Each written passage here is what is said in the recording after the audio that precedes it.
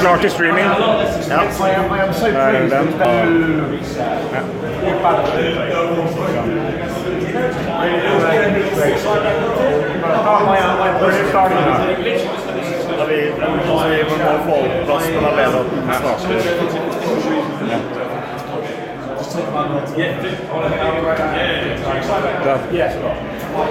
guys, get time to tune in. So don't talk about very secret stuff.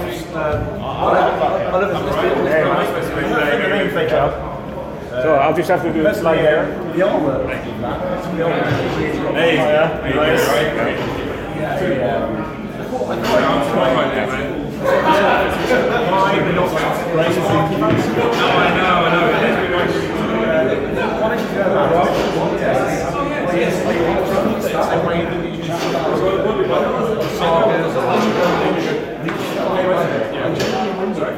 Are you working at the same side?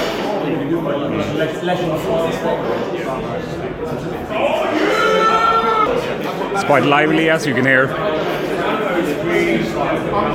I'm also interested about how that was for a long time. I will be live. Guys, just giving you a little heads up. We're just setting up that camera, and then we're pretty much good to go. We'll try to use that for as a microphone, basically. I said good day, sir. We like these doors. You're too much whiskey. I'm not going to get Jack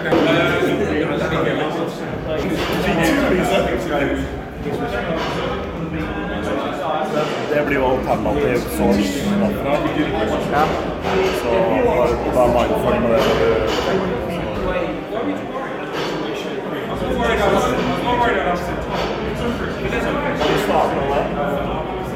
Nei. Du kan bruke den som mikrofon, og så på et eller annet tidspunkt så får jeg sånn.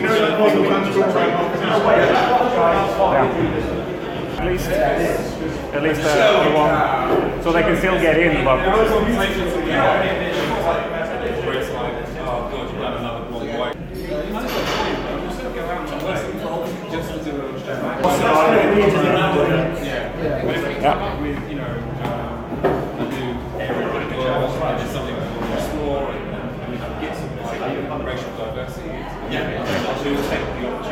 Sharon, do you just want to give a big wave before you go? box because every time someone's like that, it's Bringing those.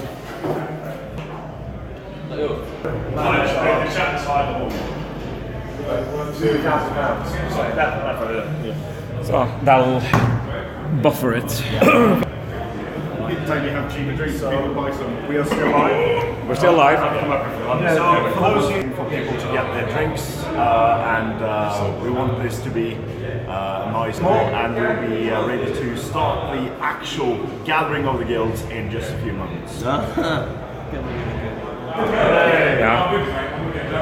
It's our stuff, so we get to do the name. No, yeah, nice. It's Matt, you know, like glass water bottles. Is that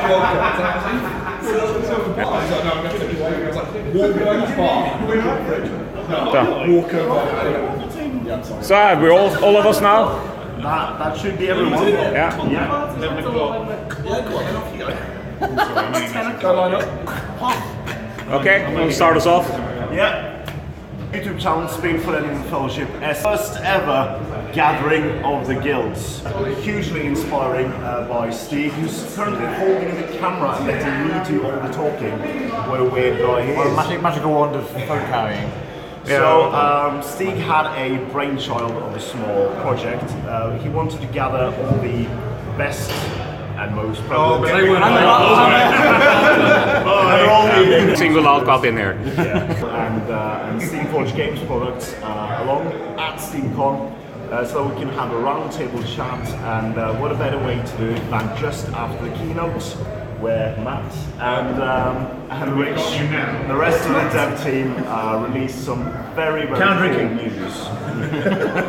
So it's my first round. Nice. What better way to learn than just to kick us off? So and I'll head off first because a lot of you have been introduced to our channel STF for short, because Spin for Any is very hard to say. So yes. Not everyone will get their chance. Content for many miniatures games, among them Guild Ball. We are very fond of Guild Ball universe, reason for us being here today. We are 6 people recording different videos for that, and releasing a video, we try at least, every day. So, on my right. Hello handy viewers such as you are, I'm doing sped up battle reports. Yep. Hi, I'm Jason. Alan Singleton. If you listen to this, I wouldn't have heard of it. It's the best Guild Ball podcast in The the 9th best. It's very bad. So, are you With me from T&G Productions. That other one. Straw isn't out the battle hammer on YouTube. We do Guild Ball video and Also on Friday. and other games as well. We like swearing. #fun times. Especially when I'm on. No swearing. Are we allowed to swear? How clean are we, SDF? There's no reason that's completely clean. You might as well go there. Let's make one. I'll get my coat. On a If there's one C-bomb to drop, can I do it? Who's this guy? I'm Matt, and I work for Steamforged Games. work for. You mean Steamforged Games work for you? Well, clearly you're not that important. They took your whiskey away. I'm like, do you know who I am? Sorry. Yeah. What's your name? I'm like, Come on then, staff. Yeah. Yep. So yeah, I work for Steamforged, make games. Can I ask you a question about the keynotes? Yes, Like last you, week already. absolutely. Stop banging the table, you hit the microphone. Lies. The podcast. Team full of YouTubers. I'm sorry, I'm Jason Clueless. I'm going to say. I was really interested by the whole Notte thing. First of all, clever name. It's good. Gee, I'm issue about list building. Really big deal. Really deep in things. You pick your. And this is the wrong words here. You pick your dude, and he has a million dudes. And basically, they're just kind of attached or whatever. And maybe they buff them up. That didn't seem to me as being much in the way of depth to this building. So obviously, there's things you haven't said. Absolutely. So.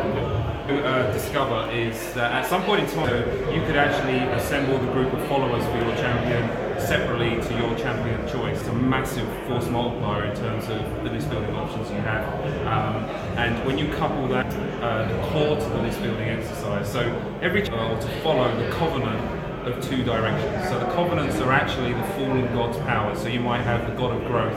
So you might follow the growth covenant, which is all about life and well-being and regeneration. How many are there? At the moment, 5 that we're working on, but because we're focusing on domains of a deity, we actually have quite a broad canvas to work with. So this is very narrow focus first of all. Yeah.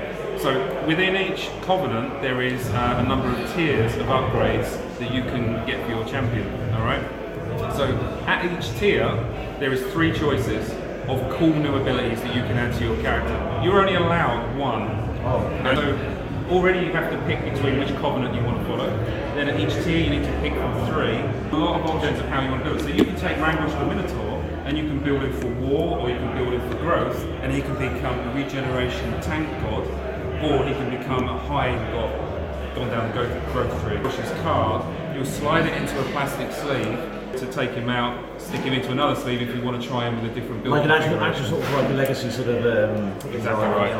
Can I ask you a question on that when you mentioned about the building the characters as they grow up?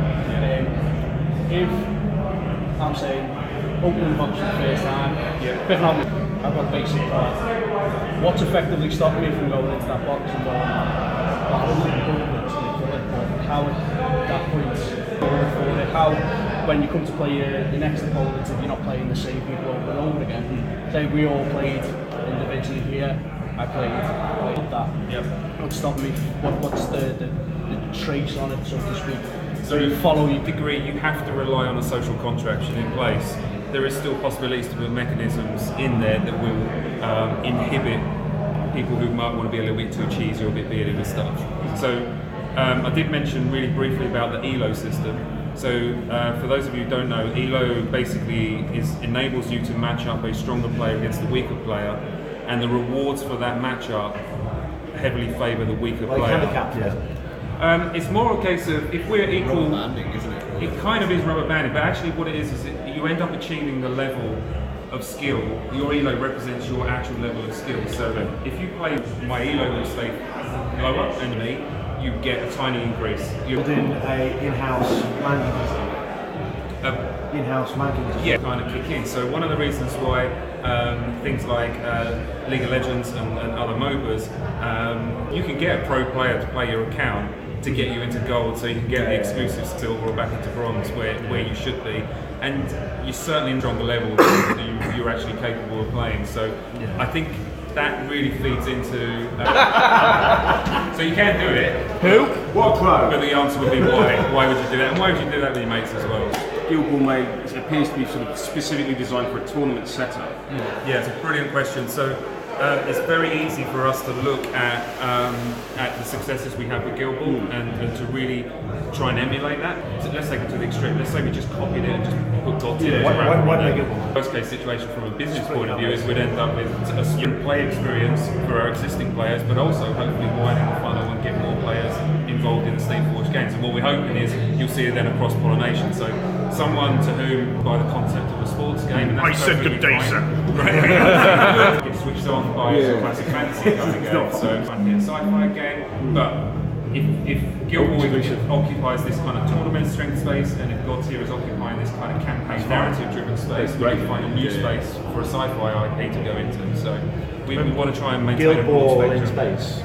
Nice. I do. So for people who don't know, Yes. and you also are a fan. ELO, Yes. is this thing, and you're that. So I'm wondering, is there anything specific that you kind of? Because we are now seeing a few other games who have decided to, like, for example, Rum and Bones by Cormini. They've got this different, path system for minions and stuff like that. So I'm wondering, is there anything that you, as a computer gamer, that we as is there anything you've gone, oh, that's actually a really good thing, and you guys haven't seen this, it's wicked, you should get involved? What's interesting about emulate that into a board game is, for me, they focused on the most immediate and obvious and wrong thing. And like you say, take Rum and Bones for example.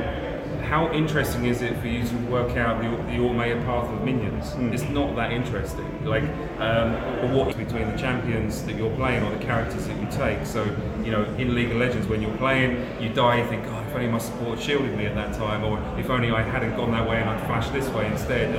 But you're actually thinking about the interactions with the other characters. And for me, that is the magic sauce that makes you keep playing MOBAs, because there is no perfect team composition. There is always a counter to it, and this goes back to what we were saying about pick 3 champions. Guess what? There's at least 8 or 9 different roles, so you ain't going to cover all of them. Even if you go up to 5 champions, because you definitely ain't going to have room for an assassin or for a DPS guy. You really got this kind of swirl of in your own mind, you know, I've got this high damage DPS guy, I need a delivery mechanism to get in there. Do I plug a healer in? Do I plug a support champion? Do I plug a champion who has like some kind of speed buff?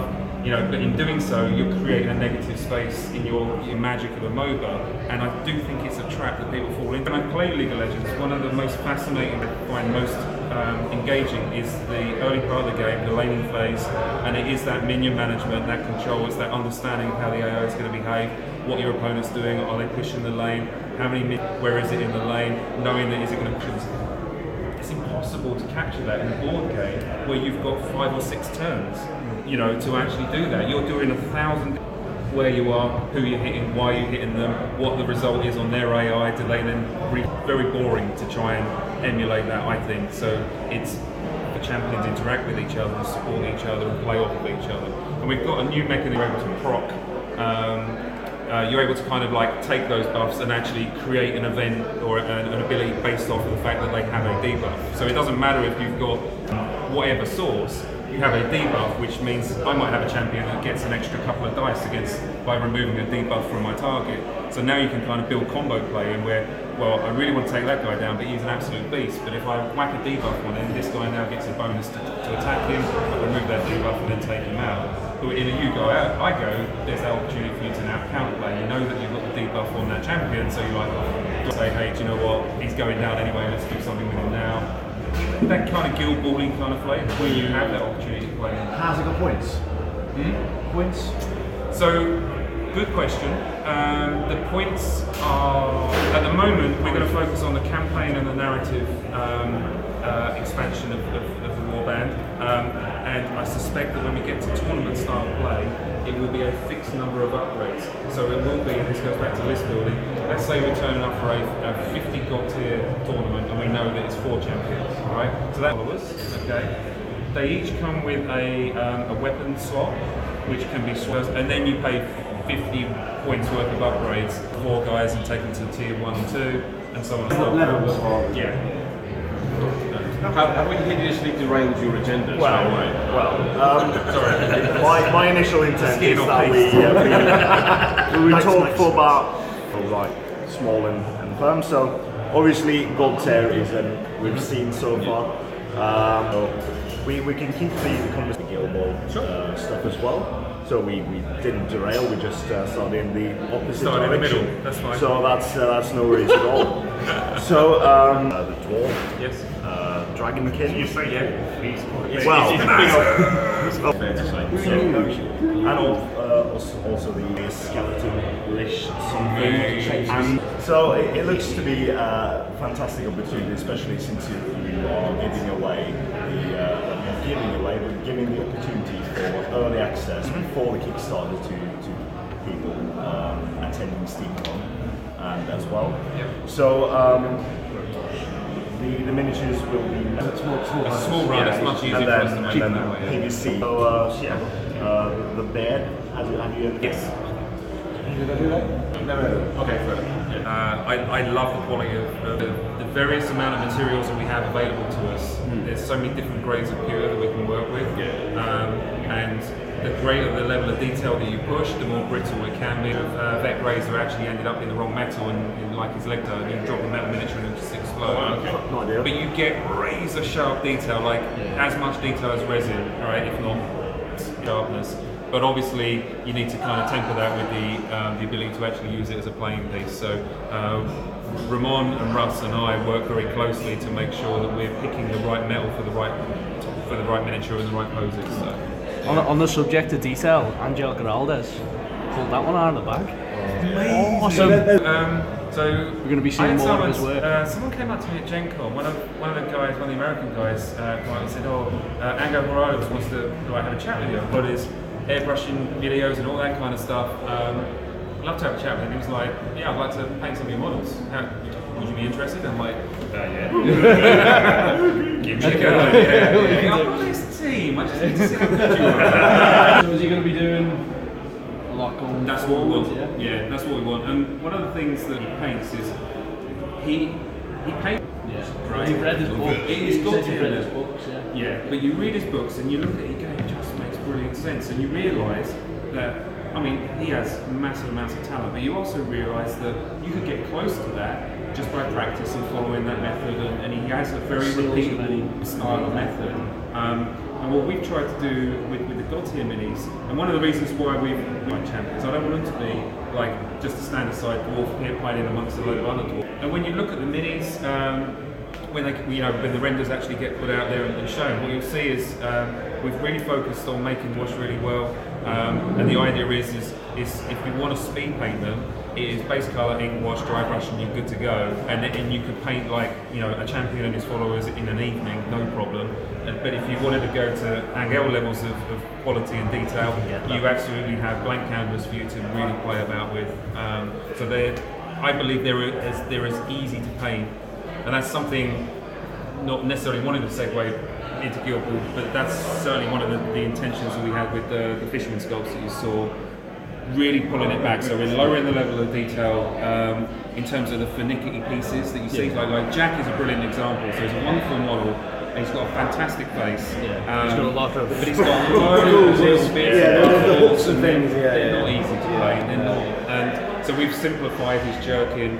We've really kind of removed a lot of the extraneous buckles, and Russ and I. It wasn't obvious. No, we hit it well. It's wide, and really just made all the detail a little bit stronger, a little bit bolder, just to make it easier. The simpler silhouette on the model is on the tabletop, regardless of. Speaking of detail, they're busts, well not the style models. Obviously, it's really cool to have that as. You can purchase their model and you'll get strong so strong by painting that. Yeah.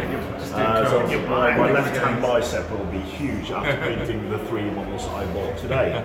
But and you can use them for trophies and stuff like that. So you can really see the quality of the metal as well used on those. So it's 5 sculpts so far.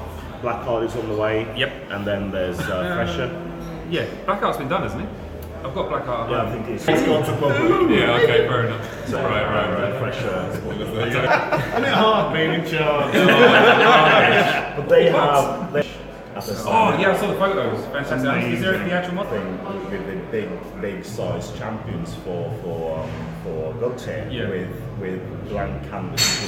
You can absolutely go to town with detail if you want to. So that's very. It's definitely a different painting challenge to paint at a larger scale, but it's definitely one that will make you better as a painter, and it's easier than you think. It's very easy to get intimidated by a large model, but it can crack the results with it. But you do need to understand what you're doing. So in doing so, you will build that level of understanding. You will up your painting game. Games Workshop ones that are up there now. On the scale. Yeah. You start even the horse you guys have got now with the blacksmith set. Yeah. Bigger miniature. The detail of the flat surfaces. I can't believe they did a horse. It's so unrealistic. Spiders It's the ridiculous thing I've ever heard in my life. Mechanical spiders are fine, right? They're fine. Man in the giant robotic That's octopus. The best bit that I saw was someone goes, but it's just ridiculous what an actual sports game. What an actual sport. Oh, genius. I love the So internet. you've got smaller pictures is now. I get it. Yeah. So that's been a thing that you've converted something into something else, and you've now got games that are moving into mobiles. I'm wondering, is there anything where, as a company, to this and change how it's perceived or change how it goes? Is there anything that actually you've gone like? Because I mean, I don't mean that in a negative sense. Don't translate, or whether it be we wanted to expand out to here and it didn't work. You're right. We're thinking about the viability of an idea, okay, and an idea needs to have and a product needs to have a purpose in order for it to have a. You need to think: is it a great idea? Is it going to be fundable? Is it something we can actually ship and stock? And then gates, then an idea for us to do it. Union and Chains. Yeah. That happened. So for those of you, Gutter goes to the Butchers. Woo! Decimate to the Brews. Yes. Engineers got the hats. Boom! Yes. Obulus obviously cheated. Hemlock. So Hunters don't care if you've seen that mix. That is what you're rolling up. As soon as that was like posted, I didn't even look at the miniature. Just saw the letter and was like, "Yes, we're getting minks." Yes. Saw the miniature, was like, "Oh yes." Can I ask why do the? I mean, it's really cool. But why do the Obelisk thing? Because you could.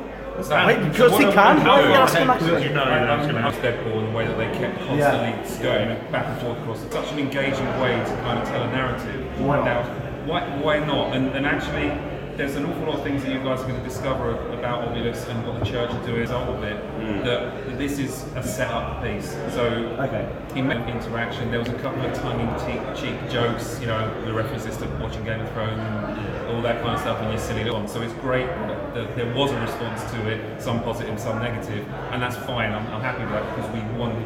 So yeah, because we thought it would be cool, and because it actually really feeds in and suits our purpose in terms of narrative, and it also enables us to get Sonic.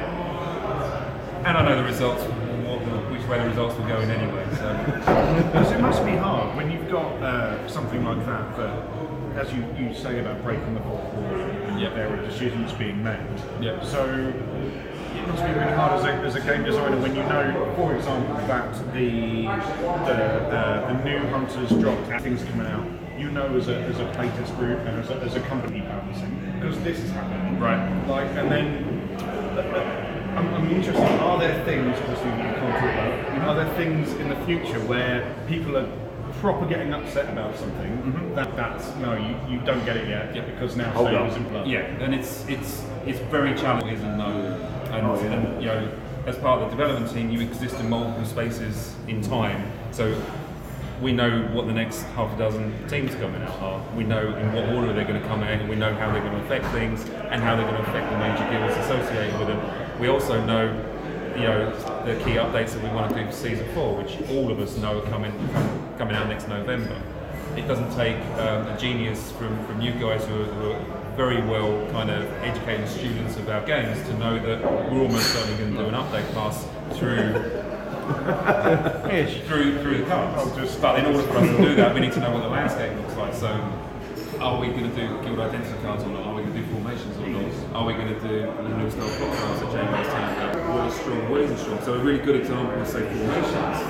We know that formations are fantastic. However, models that have counter attack or counter charge are actually elevated above the curve under formations as a rule system. So if we are going to decide to go with formations, it means that we have to have a balance on models with counter charge. Fine. Yeah, right. Or models that have and mallet. So it really is knowing what we're going to do for Season 4, knowing and it's then determining the balance strategy that we need to adopt. And then when you've got people kind of go, super strong, it's like, chill dude, like, we got you. Because I genuinely feel guilty when I say hashtag broken blacksmith. It's only because I play farmers and Straw plays blacksmiths. No, and it's like, I don't know why you do that. I mean, they're great and balanced. Well, no, that's for me. That's the thing. I beat them this weekend, so we it says it all, really. as media performers, for want of a better expression, we say this stuff, and then people go, "It is broken." But you know that actually we've been playtesting this for 6 months, or however long, and we know that this works against this, and actually now people are starting to say, "Fellow's really broken. She's super strong." Every single war game since the beginning of time has the doom cycle of the new thing is bent. Actually, it happens all the time. It happens so often. It shocks me when people don't go, actually, we always say this. How about we wait a while? And My favourite thing in recent months to point people at is the forum post when Bonesaw was announced. But then there's just like 50 pages of people going, Bonesaw is going to be the most broken thing in the game. I can't believe Steamforged have done this. And then it was now everyone has entirely the opposite.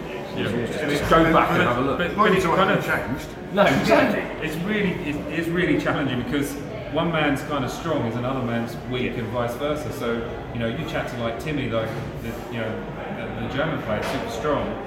He really rates Estes. Other Brewers players go, Estes is terrible, like super weak, I love Tapper. And, a great example I think is Angel, right? Who a lot of fishermen to a new fisherman model that had a 410 kick that could go def 6 and stand as a snapshot turret in the just over the halfway line. You'd go, oh yeah, I'll take that. Well, guess what?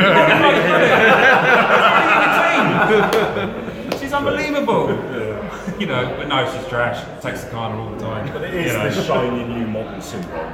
Everything gets you see the stat card and you see the rules, and you immediately go, oh shit, give it a few because normally playtest things does release new stuff.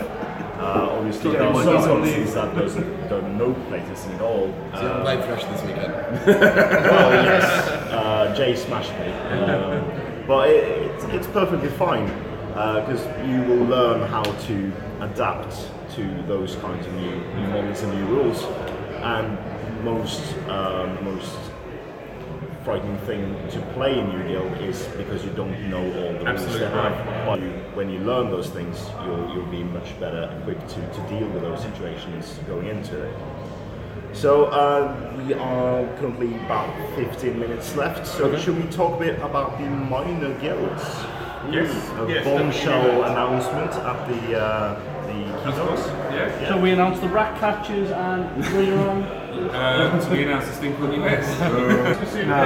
Some World Championship. Well, yeah, there is that. Yeah. So when the Fallow card came out, the gorgeous Jamie Gibbons. So dreamy. Jamie looked like a man cover, a manhole cover over half the card, and it was so we expect. I know. So Easter egg is there a manhole cover? Go in there, come out there. You have to answer correctly. In 10 words or less. It's quite idea. It is a cool idea. Yeah, I'll steal if you that. nick it, I'll just. Yeah, that's fine. Lamplight. As I said, with the rat catchers, it's more about the dilemma mechanic. And this is one of the challenges with the minor guilds and the design space that we need to create with those is they need to feel like something new and fresh from the parent guild or major guild, but also feel in keeptions, and they are a control faction. They are that kind of, oh, you're going to mess with my plans, you're going to make me activate this model next or last, and do all that kind of horrible stuff. So there's already the hint of a dilemma mechanic built into the way the Morticians, can be played. So we've just kind of amplified that with the rat catchers and taken it to the next level. So it really is like the core essence of it. So ideas like going through the sewers and stuff like that, and a whole bunch of the other ideas that came up at the Steamcon last year were kind of considered, played, and tried. And we always believe in a design is done when you can't take anything else out. So it's streamlining it down, polishing it down, and making it the strongest core essence that we can. So that's where we ended up with the dilemma mechanic and that momentum kind of pressure mechanic of the disease condition. Does it mean then that you don't plan on releasing any sort of big guilds for next year? No. We're focusing on the minor guilds. So until season 4, so this time next year, there will be no big guilds. There's no new big guilds potentially coming out, it's just you focusing on the minor ones instead. That's the intention at this moment in time. And is every guild getting a minor guild? So the blacksmiths will have and this is my words, not yours, not putting words, but they will have a farrier's guild or a city watch guild associated with it. Lines, yeah. Like the farmers will have a market trader guild. So they will be thematically in keeping with their parents guild, for what word. There will definitely be an understandable correlation, but not necessarily a subset of that industry. Right. And the rat catchers kind of naturally go together, but they kind of know. Yeah. Like, they're very far away. Yeah.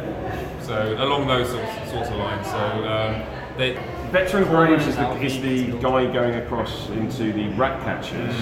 Does the rat catchers? it does. For people who don't know, we've had at the Steamcon, which we've had a time, we've had a good time. We had a front of the card, back of the card. Yes. Is that a thing we might see more into a general game where and the back of the card as a rat catcher or something like those, where you can just. It's funky. I mean, maybe. I mean, what we want to focus on the rookie leagues is a stripped back version, almost like a vanilla version, and then injecting your own flavour as you play in a campaign. So it's an extension of the big. On a window. I want to plant a window. There you go. Yeah. What was cool with the rookies was seeing what you think is fine and not. Like level 2 is around per level. Yeah. Level 5 was crazy ass. It's like at this point. You've been running around, buddy. I have been, yes. Can we shave your head down the sides later, please? Fight for it. I'm sure. It was interesting what makes this character who they are, and also what's fine and what's not. And what how far can we make it push it? Your mind in terms of okay, this is fine, this isn't okay. Everything else. What, in terms of power or in terms of flavour? Hopefully. Okay, playtesting, and what you guys have been doing this weekend is really a good balance. Also, Absolutely. also for example, Andrew who's played Jizzle weekend, obviously seeing Andrew, I'm glad he's not here. What a douchebag. Also saying, okay, Surprising. I think in some ways it's obvious that give these rules out to full new players and then go, how are they? Because obviously there's no better way of finding out. Absolutely. In terms of I mean, the thing is, in terms of flavour, I don't necessarily want to. I don't really want to burst the illusion, but what's one of the most powerful things about Guild Ball is that instant kind of you just get the world. When you explain to someone who's never heard about Guild Ball, but you only have to say a few sentences and go, I totally get it, and I can see it, and it kind of makes sense. And it helps people gloss over the fact that you've got a bear playing football and a bear playing football? Ridiculous. Right? Ridiculous.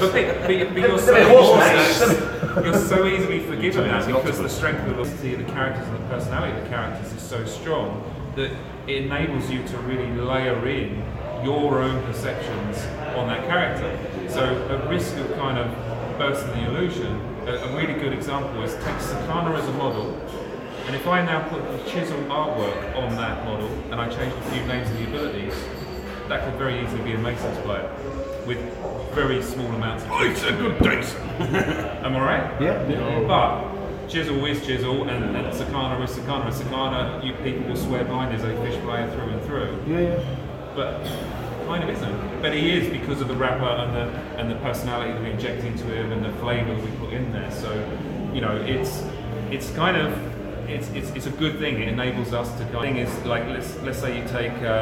You know, Rookie Boiler. Let's say we do Rookie Boiler at some point in time, and you start building him out. Yeah, you're building him out. You're injecting your own vision of what you want Boiler to be into that. So to you, that is the quintessential Boiler. He's always going to be Boiler. He started Boiler. He's going to be even more Boiler by the time you finish. But your version might be very different from your version.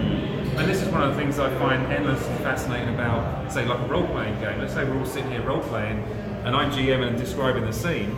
Well, my words in my head, right, are a projection of what I see in my head, but my words then go in your head and get translated into your view of the world. Different picture in our heads of the exact same thing that's in my head, then it doesn't matter. We've got this kind of shared, kind of multifaceted perception of something that kind of doesn't exist, which I just find brilliant. So, you know, I'm getting a little bit sort of philosophical, but like rookies is, the strength of the rookies is you will make them your model in building and playing them, so it kind of doesn't matter. On the subject of rookies, you've been quite an advocate for a long time. Season 1, you first mentioned, how was this? Is this the final? Yeah. Finally happy with them? Yeah, we've gone through. Playtest and into them. We had, so the original idea for rookies was one that really got me committed to the idea, but when we started trying it out, and we just couldn't make it work in a way. It was a less of a quality player, right? It's like a seventh, right? Sort of like Master and Apprentice style. You want to have a rookie connected. Yeah, all of that, and then there was also it's just a kind of dumbed down player, but you think, well, that's just a mascot by another name, so why are we actually doing that? So we've gone through probably about a dozen different kind of ideas and iterations for rookies, and this is one that's really just hit home that it just works in the world and it's fun to do, and it also helps push a little bit more in the direction of the casual play experience of Guild Ball.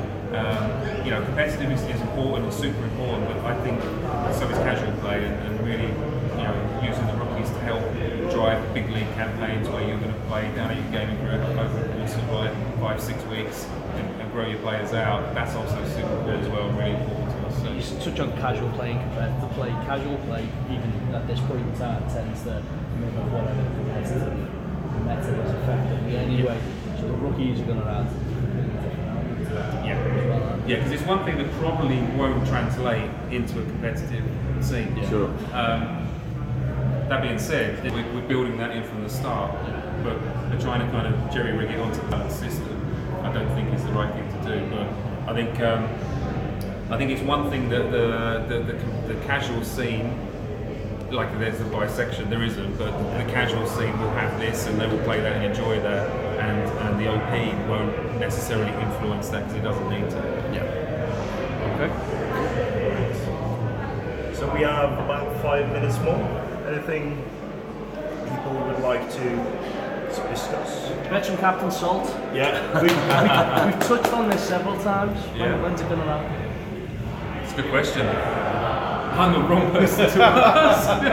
Or should it be Captain Veterans? I don't know how it works. You have to change the t-shirt. Yeah, no. We've seen with the. So you were talking about casual play, Yeah. and we've seen today in Steamcon, we've been playing these rookies. Obviously you can't talk about it, but maybe you could make a nod. Winky, Sly. They could be a rookie who we all play kind of playtest. Yeah. Like maybe there's a rookie blacksmith or a rookie farmer or a rookie whoever, who we kind of go, oh, here's some cards, and that's part of your escalation league, and you upgrade them. Yeah. And then you then take the information back, like the Union in Chains. Yeah. So there's a thing there, perhaps. It's a good idea. Definitely do that, and thank you very much. You're very welcome. I think. Is it a thing you thought about?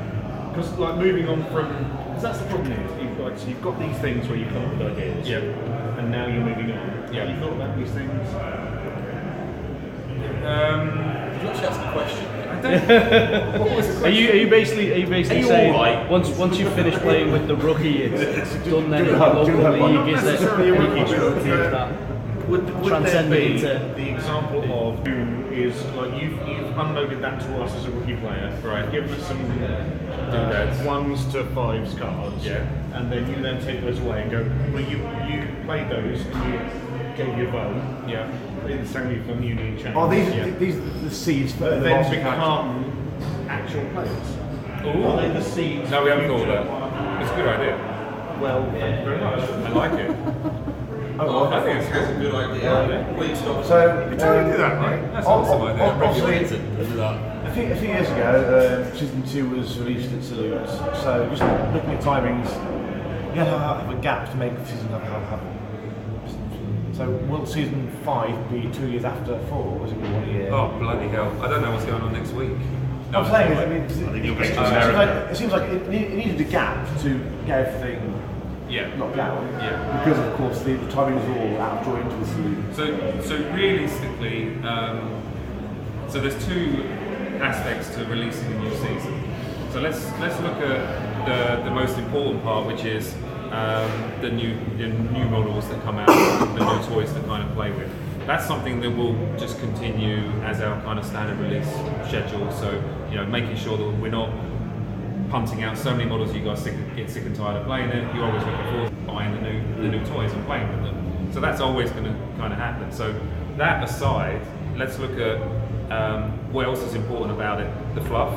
Well, we found new mechanisms of delivering fluff. We're able to do it through the blogs. We're able to do it through Facebook. We're able to do it through like community engagement pieces and stuff like that. So that's fine. That can continue. We can continue building the story in new and innovative ways, as well as releasing core story updates in the hard copy books as when they come out. So what it really boils down to is the rule set. And the question I would flip back on you is what I hope that we're seeing is an evolution towards improvement of the rule set. From season 1, we have gone through a process where the rules are getting more and more streamlined, more and more polished, more and more legible and understandable. We're going to reach an ask just and something updated. And I don't want to end up in a situation where we're tinkering that time, making a new team or making a new, a board game. But you might also want like a new book with, for example, all the models in, the fluff and everything else. Right. Like, for example, the season 3 book has all the models again from start. Yeah. So it was used like every guild had a section and their plot lines almost from the beginning of the guild section to the end. It was great. So in many ways now, the season 3 book felt more like a story piece than actually wasn't. Right. Yeah. So having given ourselves a couple of year gap, so for the new season 4 coming out in next November, or whenever Steamcon is, this sort of time next year, that's enough of a gap for us to kind of justify the product. It has meaning. So there are a number of key polished elements that we want to do on the rule set. As Jamie talked about, the new initiative system fixes something that we've kind of been constantly tinkering with, which is that damn initiative roll. How many times have you lost initiative when you're past 3? It sucks. Yeah. It sucks. So Okay. having kind of fixed odds within your hand enables you now. You are drawing cards. You are having a range of initiative values in your hand that you can choose when to play what. And obviously the card is balanced. So if you have a very strong initiative card to put down, maybe the effect isn't quite as strong, as a low initiative card. So it gives you much more control over the initiative roll and your opponent as well. So it's a bit of a zero sum. But you're in many ways trying to call your opponent out. You're trying to bluff out his kind of +6 initiative card. And you're just sort of like dumping +0 or whatever. So that kind of fixes a thing with the game that we weren't completely happy with. But it also gives us, as Jamie was saying, a fix for the fact that how many times have we finished games and gone, oh, I've got to play that. All the time. Yeah, I do it all the time. So, forcing you to play a block card every turn makes you remember to do it. It changes the game state every turn, which is interesting and exciting, because now you need to think, what effect does he got? Oh crikey, he's going to get, you know, I don't know, +1 momentum every time he scores a goal. All right. Oh god, he's got that guy hovering there. So stuff like that. And by the way, I pulled that one out my backside. Sure. So that's not Confirmed. Yeah. Write that one down.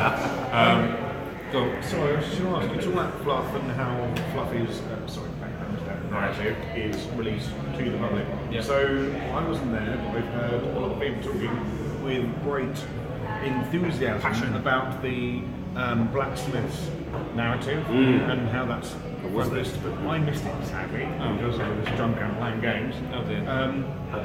Is that and how is that going to be released to the public? What, the content of the seminar? Yeah. Well, not necessarily the content. Basically, will it be next November for the blacksmiths? Yeah. Do we have to wait a year before we find out what the blacksmiths Good question. do? I don't know, honestly. I mean, I think it would be too long a period for us to have had the blacksmiths out in a while to lead into November. So I rather suspect that that's great content for us to put out, you know, via the blogs and via the Facebook pages, and you know, and just give something for the community to kind of get their teeth into. So yeah, if you missed out on the seminar, I guess we'll do that as a series of articles. I didn't do it on purpose. I was just drunk. Okay, that's fair enough. You chose to get drunk. Yeah. And on that I usually do. I think we run out of time. I think we could talk like this for another 4 or 5 hours. But I can't. So I'm Jason Cap. I want to first of all thank all the people for joining us and Wasn't that a problem? Send you the first invoice? ever gathering of the elves.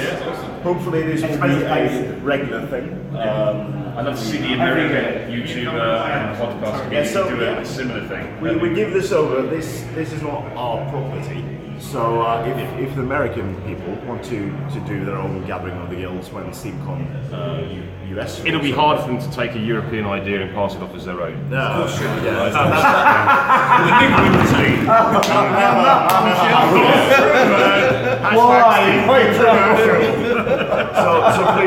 please feel free to do your own gathering of the guilds at Steamcon US as well. And thank you, Matt, for joining us. Very welcome, anytime. And it became more of a Q&A session than a roundtable, in my opinion, but that was extremely fun. So, with that said, thank you guys for watching. We will be uploading this to our channel, so it can be viewed at any time. As always, guys, please comment, like, share, and subscribe. Consider supporting us through Patreon in the link in the description below. And as always, support your hobby. Join